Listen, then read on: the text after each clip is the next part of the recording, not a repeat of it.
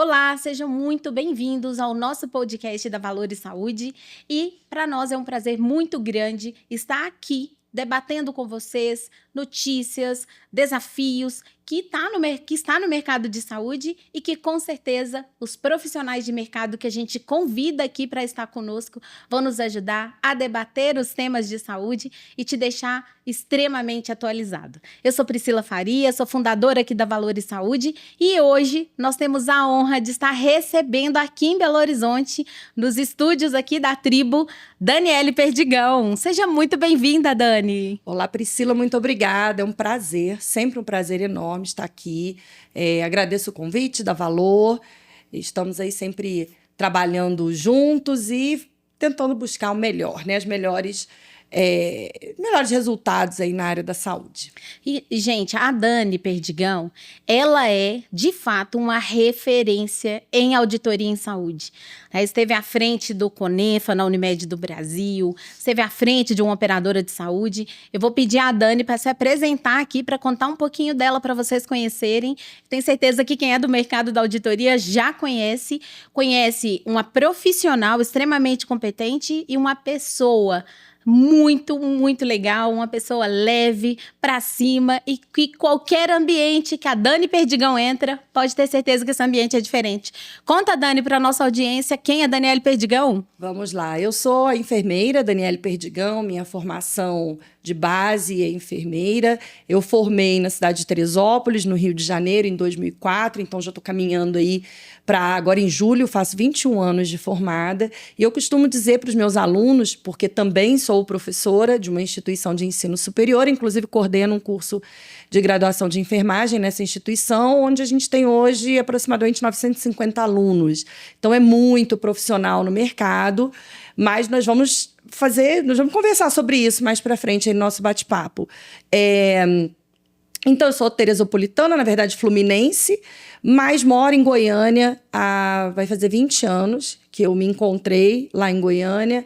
Meu marido é de Goiânia, meus filhos são goianos, e meu pé já rachou, eu já como pequi, então eu já me sinto uma goiana, né? E Goiânia me abraçou de uma forma muito, muito carinhosa, em todos os sentidos, tanto nas amizades como no trabalho. Então, eu sou muito feliz lá. Eu tenho especialização em auditoria, trabalho com auditoria até hoje, mas trabalhei numa operadora de saúde durante 14 anos. Lá eu tive várias oportunidades, inclusive de coordenar a equipe de enfermeiros auditores. Eu fui a 7ª enfermeira auditora e saí deixando um legado de 40 enfermeiras auditoras. A gente fala enfermeiras porque a maioria, né? Então acaba puxando para o feminino, mas tinham uns 2 ou 3 homens aí no time. Em várias áreas, né? Tanto na área de pré-autorização, como na área de pré-auditoria, auditoria concorrente, auditoria clínica, enfim, DRG, várias frentes que a gente conseguiu trabalhar lá dentro dessa operadora. E sou também especialista em saúde e segurança do trabalhador, agora aí com essa onda da NR1, né, que a gente precisa se preocupar com o ambiente de trabalho, a parte biopsicossocial dos colaboradores e de todos que trabalham principalmente na área da saúde, que a gente sabe que não é fácil. Então, é bom aí essa minha expertise na segurança saúde do trabalhador também para ajudar nesse sentido, na segurança do trabalho. Não tem como você entregar uma assistência segura se você não tem um lugar de trabalho seguro. Então, isso é interessante. Sou mestre em saúde e meio ambiente, doutora em ciências da saúde pela Universidade Federal de Goiás e uma amante muito intensa da saúde em seus diferentes vertentes, né? Tanto na questão da sustentabilidade como na entrega de valor. Enfim, como disse, eu tenho aí trabalho em parceria com a Valor em várias frentes de consultoria, mais especificamente. Que para nós é uma honra, hein, Dani? Coisa boa, né? É uma honra para todo o nosso time ter você na nossa equipe, à frente de todos os projetos de auditoria em saúde, dos modelos de remuneração com a gente, governança clínica. Então, sempre é muito assertivo, né, ter você nos projetos aqui com os nossos clientes, tá? Para mim é uma honra, um prazer, eu me sinto muito à vontade dentro da Valor, por questões óbvias, né? Sinto pertencimento, é a minha casa também. E a gente trabalha nessas diferentes frentes, com um foco mais aguçado na questão da auditoria, em todos os tipos de auditoria: contas, qualidade, assistencial, concorrente, clínica, enfim. Tanto para a operadora de saúde quanto a rede prestadora. Tanto a rede prestadora. Estou aqui hoje para a gente ter esse bate-papo aí, estou ansiosa com o que vai render aqui essa nossa conversa hoje. Não, vai render só coisa boa. Antes, a bola da vez, quando se falava de auditoria, era ter uma boa auditoria de contas. E aí, Dani, conta pra gente, a bola da vez é o quê? Auditoria de contas, é auditoria clínica, vamos medir desfecho. Contextualiza pra gente, porque o público aqui... Tenho certeza que vai estar muita gente aqui discutindo com a gente, vai estar ali a turma de auditoria de contas, até pedir para os nossos clientes, olha, quem tiver perguntinha, vai ter podcast lá com a Daniele Perdigão, pode mandar para mim, então já tenho perguntinhas aqui selecionadas para te fazer, que é a dor do mercado, e que a gente vai debater aqui hoje. Mas me conta, quem é a bola da vez hoje na auditoria? Pri, a gente precisa pensar o seguinte, quando a gente pensa na auditoria em si, nós temos uma tríade, né? E essa tríade, ela precisa ser pensada como cliente, sempre como foco. Então, a gente tem os beneficiários, né? O paciente, o cliente ali como foco da atenção. Nós precisamos pensar na fonte pagadora, que é quem paga. Se eu não tenho... como pagar, aí morre o processo, e precisamos pensar em quem presta serviço, né, que é o prestador.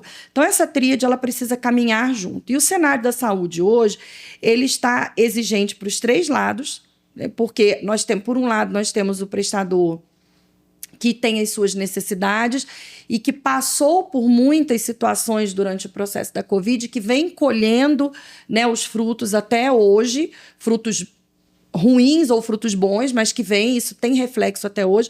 Nós temos a fonte pagadora, que, por sua vez, passou por maus lençóis, agora nada em águas um pouco menos movimentadas, mas ainda tiveram resultado bom, né? Resultado positivo do primeiro trimestre tiveram de 2020. Um resultado positivo do primeiro trimestre, mas esse resultado a gente precisa também discutir muito, porque isso foi um resultado que eles tiveram graças ao dinheiro do prestador que foi investido. Então, eles tiveram aí um tempo maior para pagar, e nesse tempo maior de pagar, de 30 virou 60, que virou 90, e nesse meio tempo ele investiu esse dinheiro do prestador e conseguiu ter esse retorno, né? Então, muito foi disso também. E temos aí o paciente, o cliente, que não está mais tão... sem saber o que ele tem que fazer e quais são os direitos dele. Ele vem procurando cada vez mais a ANS, ele vem recorrendo cada vez mais às consultas públicas, né? Vem respondendo consultas públicas para incorporação no rol, e até vale ressaltar que agora, recentemente saído do forninho, para começar agora, dia 1º de julho, nós temos a RN 623. Aí eu te pedi para falar sobre ela. Então, já tô aí. Que é regra chegando, regrinhas novas, quem é de operadora de saúde... e também quem está aí em hospitais, esse aqui para tudo, que aqui vai dar até um corte. Conta dessa normativa da ANS. Então, essa RN, ela vem para substituir a 395 de 2016, e tudo é uma RN bem completa em tudo que diz respeito a prazos de resposta por parte da operadora de saúde, questões de não poder ter respostas genéricas, né? Então, cada vez mais, a ANS cobra da operadora de saúde que seja mais claro com o seu beneficiário.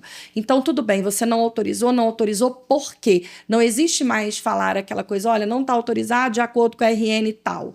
Porque as RNs, elas são enormes. Então, você precisa destrinchar ali por quê, em qual parte, em qual alínea, em qual artigo, né? Então, isso ela cobra muito. E fora o rol, né, de cobertura. Então, a gente ainda não sabe muito bem o que vem no rol ainda, porque é uma RN que vai ser implantada, mas a partir do dia 1º de julho, ela já está aí cantando para subir, e a operadora já tem que se preparar para respeitar esses prazos. Em contrapartida, o prestador também, porque muitas vezes a demanda vem do prestador. Eu costumo dizer isso. A operadora, ela não faz autodemanda. A demanda vem de alguém. E esse alguém é o prestador. Então, é importante que os prestadores eles tenham noção de pelo menos das principais RNs, principalmente as de prazo, e também das DUTs, das diretrizes de utilização técnica. Porque, assim, se você tem uma operadora muito multada, se você tem uma operadora muito cheia de NIP, você tem um risco na sua fonte pagadora. Imagina, é a mesma coisa que eu trabalhar aqui na Valor e lutar contra a Valor. É o meu ganha-pão. Né? O meu dinheiro vem daqui. Então, o prestador ele precisa estar atento. Não faz sentido mais, né? Uma operadora de saúde não estar alinhada com seu prestador. De forma alguma. Tem que estar todo mundo junto, porque no final das contas, o objetivo principal é o paciente. É todo mundo fazer a melhor entrega. E essa relação, ela tem que ser uma relação de ganha-ganha, né? A gente já discute isso lá atrás, quando a gente estava em 2018. Sustentabilidade. A gente conversando sobre análise de desfecho, qualidade, né? O contexto da qualidade e segurança do paciente. Porque se o prestador fizer essa entrega, a gente vai ter bons desfechos clínicos, vou gastar menos e vou entregar uma melhor qualidade e segurança para o paciente. Isso ainda está em voga, né? A questão de bons desfechos, boas análises e bons modelos de remuneração a partir daí. Isso é um caminho que não sem volta, né, Priscila? Não tem. É pensar nesse desfecho clínico, que automaticamente você aumenta a segurança do paciente e diminui os desperdícios. A gente já falou isso várias vezes, não é novidade, mas é bom a gente relembrar, né? Porque aqui a gente tem várias pessoas assistindo, desde os pacientes até fonte pagadora, até o prestador de serviço. E a sociedade em comum? Porque o bom uso do seu plano de saúde, ele é uma forma de sustentabilidade, né? E o que é um bom uso? É um uso indicado, que diminua os desperdícios. Então, aquela questão que a gente sempre falou, né? E que fala para os hospitais, e que eu me lembro muito bem, você usava muito esse termo, né? Quando a gente quando nós fomos naqueles milhares e zilhares de vezes nos hospitais, que a gente era muito mais parte do hospital do que propriamente da operadora, que a gente ficava muito mais, né, dentro desse. Esse era um modelo legal que você pode contar aqui, que era um modelo em que a operadora de saúde, ela definiu um modelo de qualidade e segurança do paciente junto com o seu hospital. Isso. Então, aquela relação que a gente conversou agora do ganha-ganha, né? Um case super de sucesso, né, Dani? Que juntos eles se uniram, estruturaram a linha de cuidado para o paciente cirúrgico. Nessa estruturação, a operadora fomentou toda a consultoria, fomentou todo o modelo de negócio para os hospitais, organiza esses hospitais e a partir dali traz um modelo de remuneração. Ou seja, ela ajudou o hospital a melhorar, a ser mais efetiva, a melhorar a sua capacidade operacional e de melhor entrega de desfecho e veio com um modelo de remuneração. É o compartilhamento de risco, né? Foi, para a saúde contemporânea, foi inovador, né? O que a operadora fez na época, porque não foi um movimento do prestador para o operador, e sim da operadora para o prestador, entendendo que, como fonte pagadora, nós estávamos saindo muito mais prejudicados e prejudicando muito o nosso paciente, em contrapartida, a próprio prestador de serviço. Então, a gente fez esse movimento junto, né, desse compartilhamento, a operadora fomentou toda essa parte de consultoria, deixou um hospital seguro. Muitos hospitais, inclusive, conseguiram a certificação ONA 1, ONA 2 após esse nosso trabalho em conjunto. E para a operadora foi excelente, porque ganha todo mundo. Ganhou o paciente, com um hospital mais seguro, com um hospital mais sustentável. Ganhou a operadora, que em contrapartida teve a economicidade, né, onde deveria ser. Fechamos ali os furos, né, nos canos onde vazava. E para o paciente foi um ganho, né, indiscutível. Então, esse modelo da tríade trabalhando junto é o que a RN 623 ela quer. Ela quer transparência nas três partes. Ela entende que, assim, se alguma dessas partes estiver embaçada, o processo não vai. Então, ela quer transparência no tempo de retorno para esse paciente, tem que ser respeitado, mas em contrapartida o hospital ele tem que fazer a parte dele, porque não adianta ele mandar, às vezes, uma guia caracterizando urgência, sendo que ele sabe que não é urgência.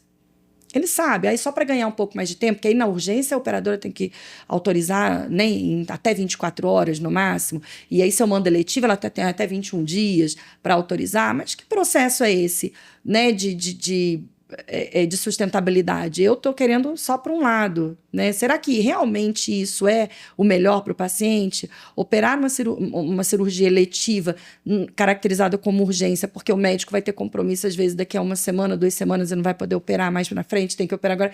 Onde que isso é qualidade assistencial? Você sabe que um marco disso está ali em 2018 para a sua região, e eu vou falar que é a nível nacional ali em 2013, com o DRG. Eu vejo como um marco no Brasil, quando entra o DRG com essa proposta de transparência, em que, de uma forma inédita, o hospital compartilha a sua informação para a operadora de saúde. Então, ali categoriza o paciente internado pelo grau de risco e começa uma relação não punitiva. Eu acho que para o Brasil, o DRG ele vem como um marco, porque ninguém tinha informação, ninguém tinha dados. E entra o DRG com dados. E a partir desses dados, oferece a melhoria de processos. Oferece como é que estão os desfechos desses pacientes. O outro lado começa a entender quem de fato é o melhor prestador. Então, essa relação, além de ter transparência, fica uma relação também muito sustentável entre as partes para se ter um bom modelo de remuneração e maior sustentabilidade. O DRG, ele foi realmente, né, de fato, foi um marco, porque ele conseguiu mostrar para o prestador aquilo que ele não conseguia enxergar.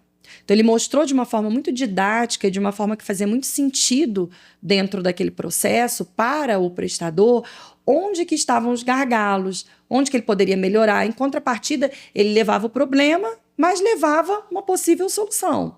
Então, esse foi muito assim, foi bem interessante, foi um momento que eu vivi de muita satisfação mesmo, de ver a coisa acontecer, que foi onde eu consegui ver acontecer, e o prestador, ele conseguiu entender, não, eu tenho informações, mas às vezes essas informações, elas são frágeis, elas são informações que não são tão fidedignas, são informações que são incompletas, né? Aquele famoso CID sem o terceiro dígito, aquele famoso CID de entrada, de admissão, que às vezes era um CID de pronto-socorro, a esclarecer, e o paciente às vezes tinha alta com o mesmo CID.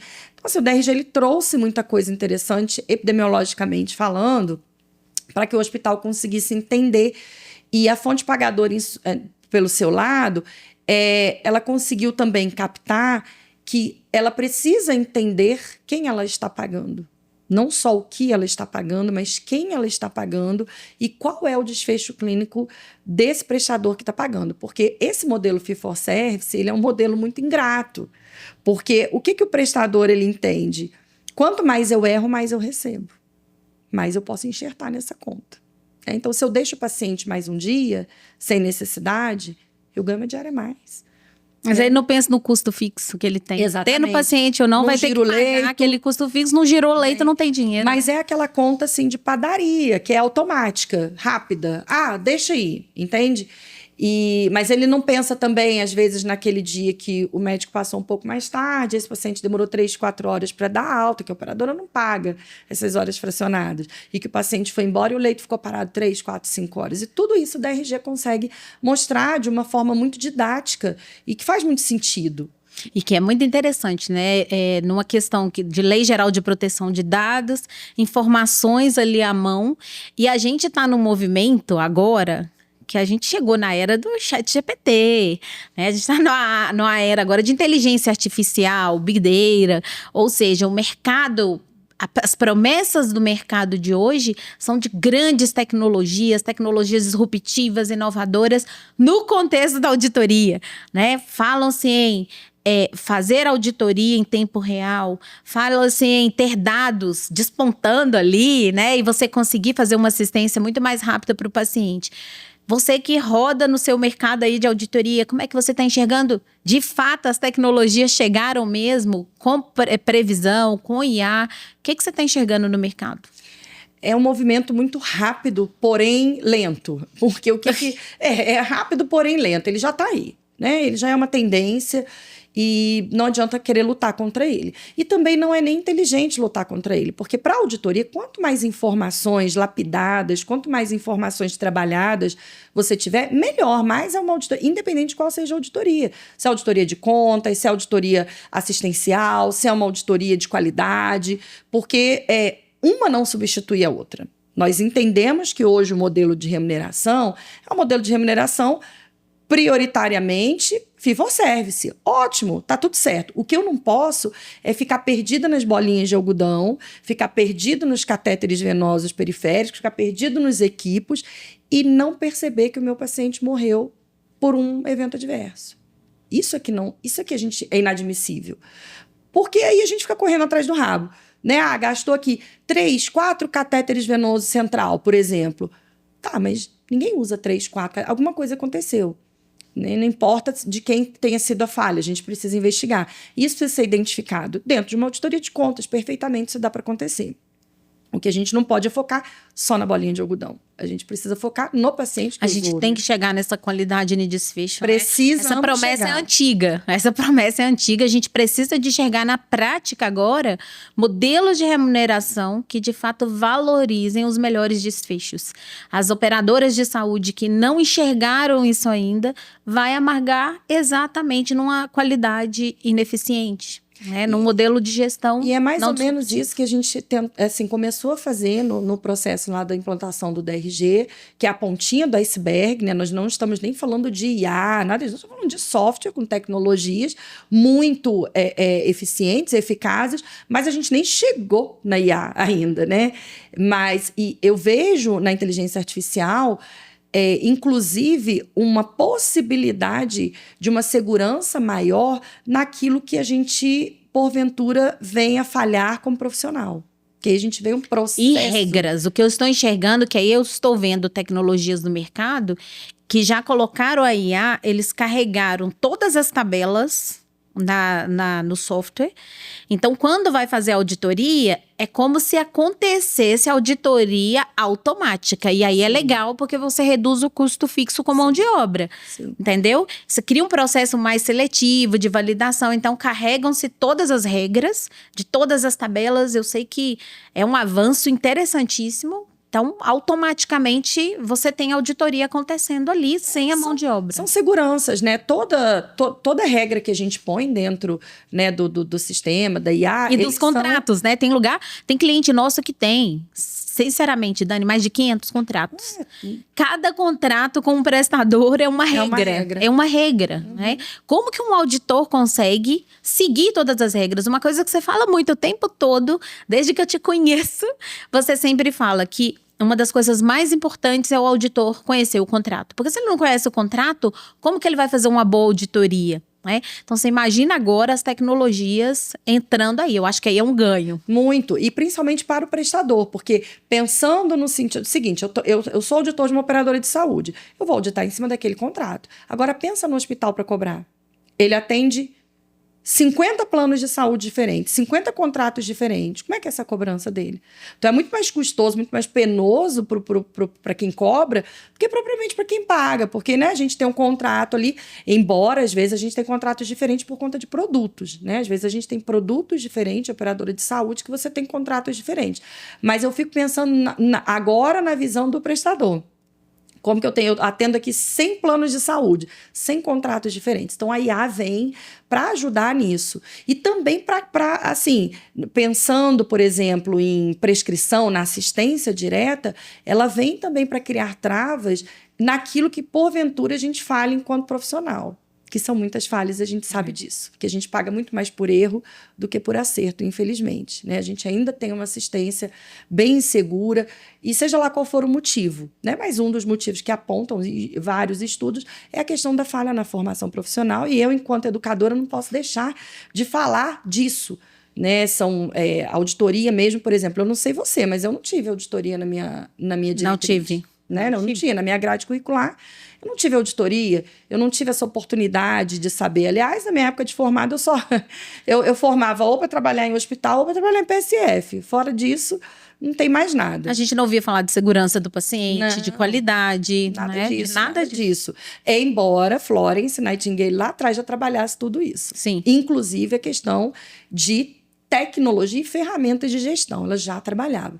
Então, mas a gente se perdeu pelo meio do caminho, graças a Deus agora voltou.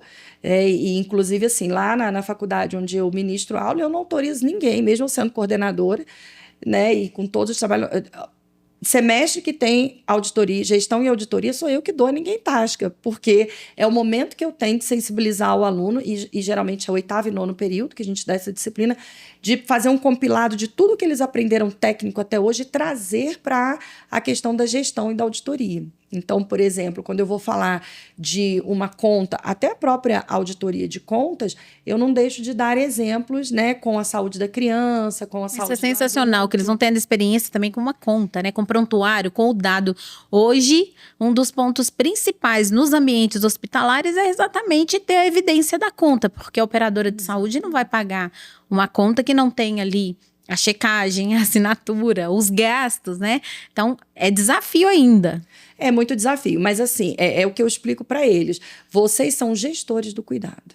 Vocês precisam gerir esse cuidado. E um gestor, ele avalia, controla, analisa, planeja. Então, vocês vão gerir o cuidado do paciente. A partir do momento que um gestor consegue gerir o cuidado do paciente, ele engloba tudo. Ele pega a auditoria, ele pega a assistência, ele pega a segurança do paciente, qualidade, tudo, porque ele é um gestor. Então, eu costumo brincar, eu falo assim, olha, é a arte do cuidar? Tá, eu acho, é romântico. Mas como eu não gosto de romantizar, não, é a arte de gerir. Gerir o cuidado. Nós vamos gerir o cuidado. A partir do momento que a gente gere o cuidado, pronto, a gente tem um gestor. E aí ele vai permear por todas essas entrelinhas ali que se perdem, porque às vezes o paciente, o hospital, ele é muita coisa.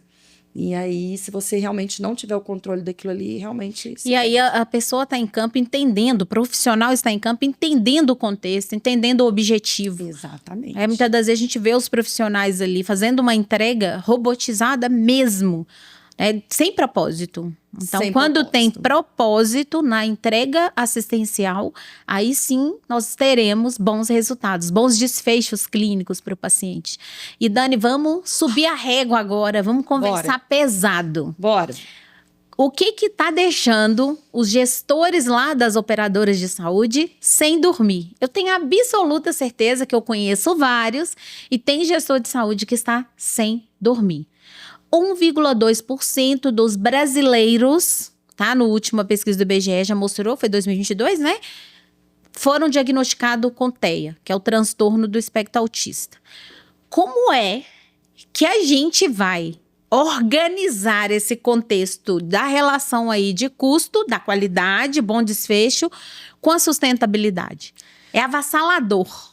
E assim, com a inovação da tecnologia, né, Priscila, novas doenças vão surgir e antigas doenças que já tinham de forma tímida, elas vão começar a aparecer com mais segurança, porque nós estamos aumentando a nossa tecnologia, né, seja por meio de profissionais mais capacitados enfim, e também de máquinas e tudo.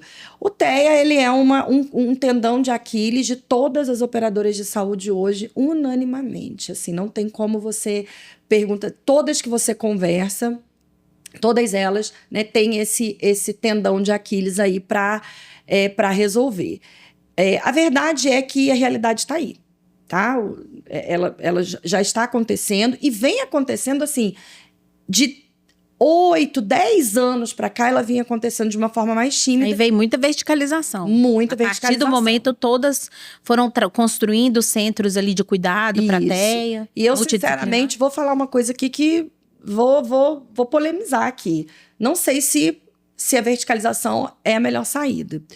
Eu acredito muito mais numa auditoria de uma forma transparente, respeitosa, junto com a família, em protocolos clínicos mais seguros, medicina baseada em evidência, do que a verticalização. Porque se eu tenho uma verticalização com 400 mil beneficiários, por exemplo, que é o que a gente tem na realidade hoje lá em Goiânia, com uma das grandes operadoras de saúde lá, essa verticalização ela não vai suprir 100% dos pacientes. E acabaram a equipe multidisciplinar. Não tem mais fono no mercado. Acabou. Não, terapia ocupacional? Acabou. Gente, Acabou. se tiver alguém, fono, terapia ocupacional, manda um joinha pra gente aqui, pra gente saber que vocês existem. Porque Vocês existem, e oportunidades também, né? Porque a gente fica sabendo de pessoas Não é? que perguntam Não pra acha, gente, não oportunidade acha. de trabalho. São profissões, Priscila, que assim, tem as oscilações de profissão, né? Tem o boom das profissões. Então, por exemplo, a fisioterapia passou aí por um período bem de baixa, né? A gente praticamente não tinha aluno. Depois, agora, com essa questão, né, de TEA e do envelhecimento, aí mais numa parte, a questão da físio e da atividade física oncológica. Então, deu uma melhorada. Vem surgindo bem assim, de uma forma bem robusta, a questão da presença do educador físico, principalmente para tratamentos oncológicos, onde a gente sabe que muitos cânceres, principalmente recidiva, eles diminuem com a prática de atividade física, né, constante. Então, assim, as profissões elas vão surgindo. O que a gente precisa entender é o seguinte: a saúde, ela não tem um dono só. Ela não é só do médico, ela não é só do enfermeiro, ela não é só do fono, ela é multi. E muito mais do que multi, eu gosto de dizer que ela é inter. Porque multi só me diz que eu tenho. Eu tenho uma equipe multiprofissional, mas não necessariamente elas trabalham juntos. O interprofissional, aí sim, eu sei que é o físio comunicando com a fono, comunicando com a TO, comunicando com o enfermeiro, comunicando com o médico. Eu sei que eu tenho um processo de comunicação ali para que esse desfecho clínico ele seja, né, realmente a entrega de valor. O TEA hoje, como eu estava dizendo, ele é uma realidade e a gente precisa ter uma equipe muito bem estruturada e um protocolo clínico muito bem estruturado. E, primeiro de tudo, respeito à família. Quando você tem um diagnóstico, eu nunca passei por isso, mas tenho inúmeros relatos de pessoas, né, que já passaram, profissionais da área da saúde, inclusive, que já passaram por isso. Mais recente, agora, uma palestra que eu assisti ontem, de um evento, de uma mãe, fisioterapeuta, inclusive, de uma mãe, de um menino que foi diagnosticado com TEA. Ele tinha 1 ano e pouquinho, quase 2 anos. E é importante falar que eu não sabia, mas aprendi ontem, e lição aprendida é lição compartilhada, senão não vale nada. Mas o transtorno espectro do autista, ele é diagnosticado mais precocemente no menino do que na menina. Nossa, que interessante. A menina ela tem um diagnóstico mais tardio, porque o comportamento da menina, culturalmente, é mais quietinho. Uhum. Se a menina tá quietinha, se a menina tá brincando lá sozinha, se a menina... tá tudo bem, né? E como o menino tem, assim, culturalmente um comportamento mais agitado, os pais, eles costumam chamar mais atenção porque essa criança está mais recolhida. Então, ele tem esse diagnóstico mais cedo. E o que hoje os pais, né, de crianças com transtorno do espectro autista, até os próprios autistas, eles querem? Eles têm direito, e tem direito de usufruir os seus direitos legais, não só em Sistema Único de Saúde, mas também na suplementar. São leis federais. Então, ele precisa desse CID. Esse CID precisa vir. Não basta só as terapias. E o que eu vi o movimento das operadoras de saúde, muito, até mesmo por conta da ANS, né, que é quem regula, e são umas regulações bem apertadas, com NIPs e multas muito altas, era ofertar. Oferta terapia. Entendeu? Mesmo antes do CID vir, oferta a terapia. Vinha CID interrogado, não se preocupava em tratar ali a família, o paciente. Até hoje é muito corrido, e por conta da própria regulação mesmo. E aí isso fica muito solto. Aí que vem os excessos, porque você não tem um diálogo com a família, né? A fonte pagadora, a operadora de saúde, ela não tem um momento com a família, ela não tem uma avaliação ali junto. E eu não estou falando de judicialização e nem estou falando de uma negociação propriamente dita, mas você precisa ter esse momento de conversa com a família para que a operadora de saúde passe a segurança para a família entender: olha, eu não estou bloqueando seu atendimento, eu quero entregar valor para o seu filho. Eu não quero entregar produto, várias terapias. Eu quero entregar valor para que tenha o melhor desfecho clínico, que é aquilo que a gente volta a falar. Só que num nível ambulatorial. Só que os prazos da ANS, Priscila, são muito apertados, né? E eu entendo a ANS por ser reguladora, né? Por regulamentar. Sim. E tudo. Ela precisa cobrar do prestador. Mas é aquilo, a saúde ela não é uma receita de bolo. Então, se eu estou falando de uma cirurgia de urgência, ok, entendeu? Em 24 horas você precisa fazer. Se eu estou falando de uma cirurgia eletiva, ok, ali até 21 dias e tal. Mas quando eu estou falando de uma situação clínica, eu preciso de tempo. E como que eu audito isso, né? Eu preciso de tempo, sabe? A operadora precisa de tempo. Mas, em contrapartida, o paciente, os pais não querem esse tempo. Ele quer resultado. Eles querem resultado. Então, hoje, é assim, protocolos clínicos bem estruturados. Para mim, vale muito mais do que você verticalizar. Porque, às vezes, você tem uma verticalização oligofrênica. Você não tem processo lá dentro dessa verticalização. Você vai de mamanda caducando. Só atende. Entendeu? Atende. E aí, a gente volta de novo naquela história. Não tem entrega de valor, a gente gera desperdício, insatisfação do beneficiário, NIPs, ouvidoria, muito Porque gasto. O custo só e subindo. sobe. É isso. Fica insustentável. E pegando a outra bola, que seria exatamente a questão de home care, né? Que um dos pontos era o TEA, agora a população está envelhecendo, nossa pirâmide mudou. Então a gente está indo para um caminho agora de envelhecimento. E diga-se de passagem que os velhinhos aí estão superando. Logo na nossa vez, gente, você cuida de você, do seu corpo, porque a turma aí, 60 a mais, está se cuidando, hein? O que a gente está observando mais é esse movimento de vida saudável, né? A gente vem enxergando isso, embora nos indicadores que a gente enxerga, a taxa de obesidade no Brasil muito alta, aumentou muito a taxa de tabagistas também, né? Assusta muito. Então, a partir daí vem doenças crônicas, né? Então, pensando em home care, que é um modelo de auditoria também, nossa pauta aqui é auditoria, para a gente não fugir do tema, como é que você está vendo no mercado? A gente está indo muito mais para esse modelo empacotado, nessa relação entre a operadora de saúde e home care, ou um modelo mais de conta aberta? Como é que está essa relação e se ela é produtiva mesmo ou não? Como é que será o caminho futuro disso? O home care ele tem uma particularidade, porque a gente precisa ser negociado com a família, grande parte é judicializado, né? Porque você não tem ali aquela negociação antecipada. Mas a gente tem as empresas, a maioria das empresas elas são terceirizadas.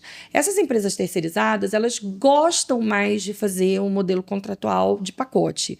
Até porque fica mais fácil na hora de faturar, para a operadora também não é ruim, que fica mais fácil na hora de pagar. Você tira a auditoria da conta do processo ou tira um custo administrativo? Você faz uma auditoria pré, né, para avaliar ali o nível do paciente, de dependência do paciente, para você ver qual que é o pacote que você vai fechar. E, basicamente, você vai lá fazendo umas auditorias clínicas periódicas para você ver se essa condição do paciente melhorou ou piorou. Para ver desfecho e qualidade. Isso, para ver desfecho e qualidade e qual pacote que eu vou pagar. O grande problema do pacote, a ANS já dizia lá atrás, é que a gente tem que ter muito cuidado para esse pacote não virar um embrulho. Boa.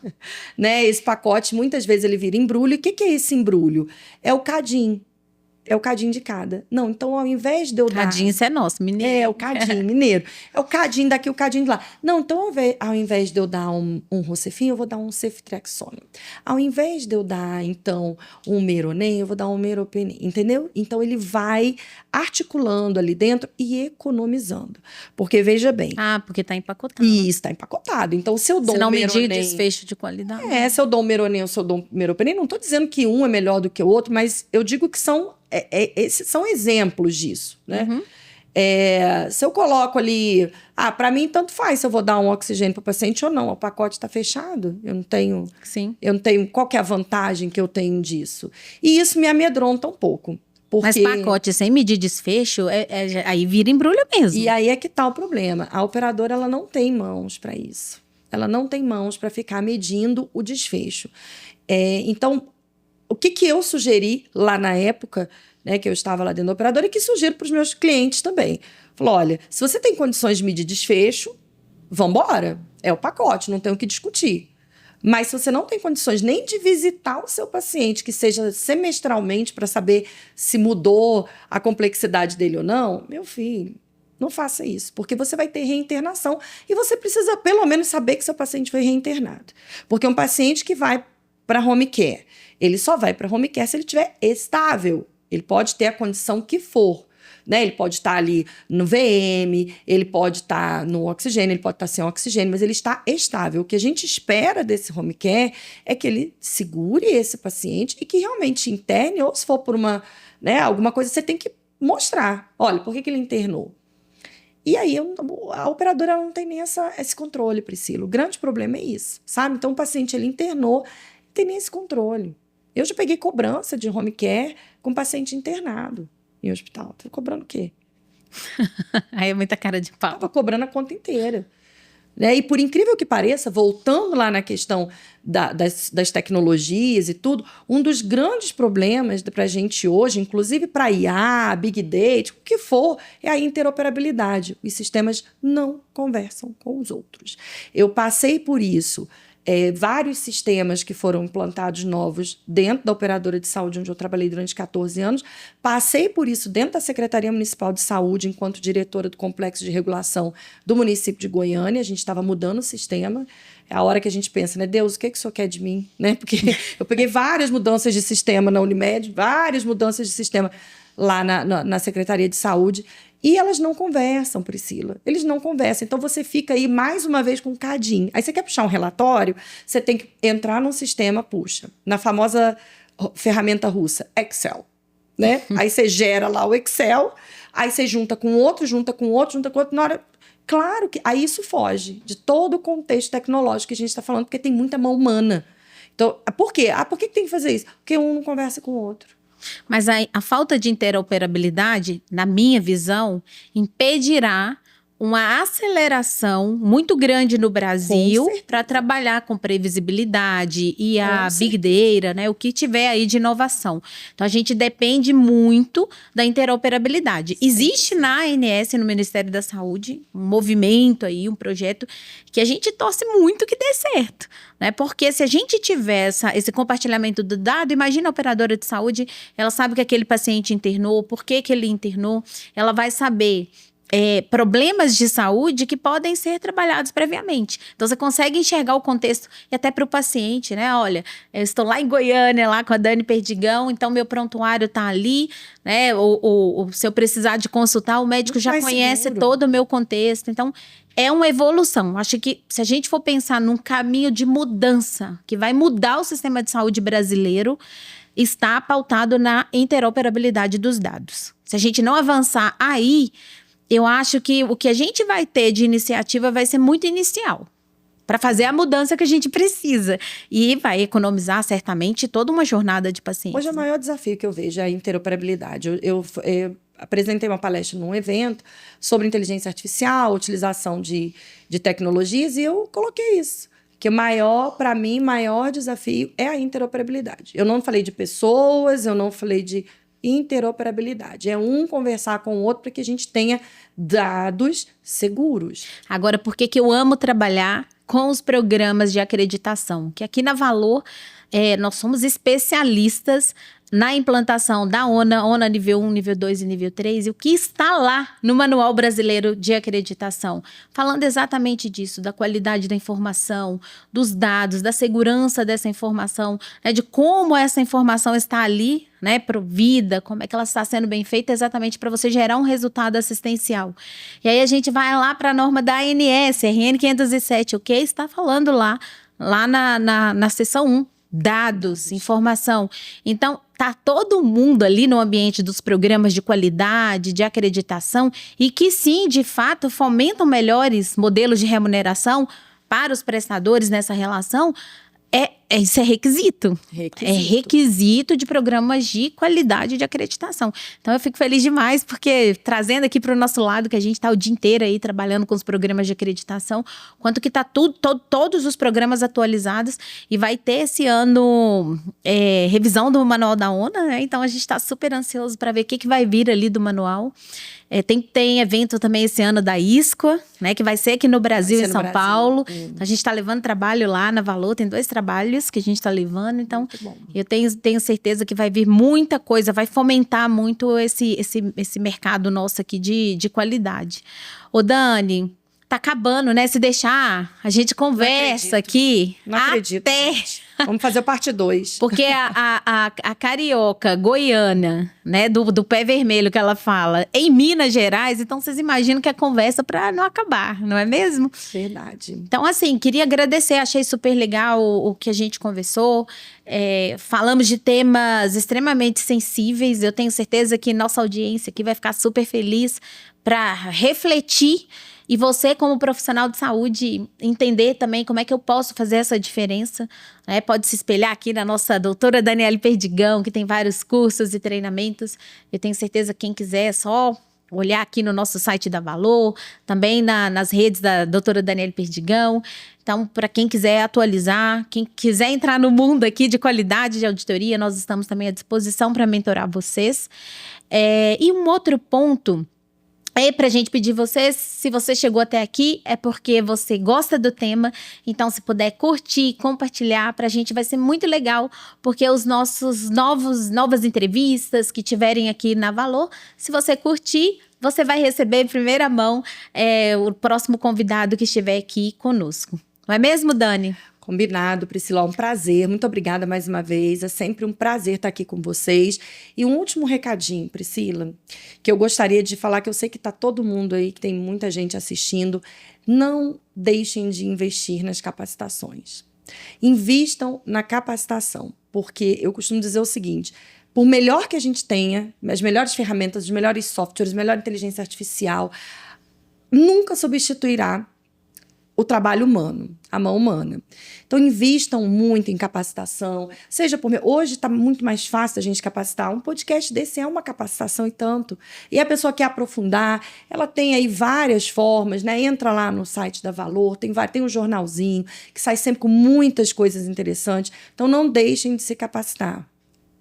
Uma vez eu ouvi uma frase, aliás, várias vezes, né? A gente ouve essas frases dizendo o seguinte, que se você acha caro investir na capacitação, experimenta investir nos profissionais que não são capacitados. Exatamente. Meus clientes sabem que eu sempre bato numa mesma tecla, que isso é cultura institucional. Né? Se a instituição não investir em capacitar pessoas, desenvolver lideranças. Hoje, o maior problema das instituições está ligado numa boa liderança, né, que motiva, que capacita, que engaja, né, que faz seu time virar resultado, mas que está ali junto capacitando. E aí, se não tem cultura, aí entra o Peter Drucker, que traz que a cultura engole a estratégia no café da manhã. E é real. Então, para que se tenha uma boa cultura, tem que treinar, tem que desenvolver. Então, isso é fundamental. Se a gente fala de cultura, a gente tem que sempre partir da pirâmide, do topo da pirâmide, né? De cima para baixo. Então, da autogestão é igual mãe, né? Não toma Coca-Cola, mas enche a cara de Coca-Cola. O que o filho vai fazer? Tomar Coca-Cola. Então, a autogestão é muito importante também que esteja sempre no topo da pirâmide, investindo na capacitação, na autocapacitação, e com certeza isso vira aí, como diz a minha amiga Priscila, fogo no milharal. Não é? Né? Quando você tem autogestão fazendo, vem uma onda que pega todos, né? Estratégico, operacional, e todo mundo vai na onda. É isso aí. Então, pessoal, muito obrigada por vocês estarem aqui. Agradeço em nome do nosso time da Valor e Saúde, a doutora Daniele Perdigão, por estar aqui conosco. Espero vocês no próximo episódio aqui da Valor e Saúde.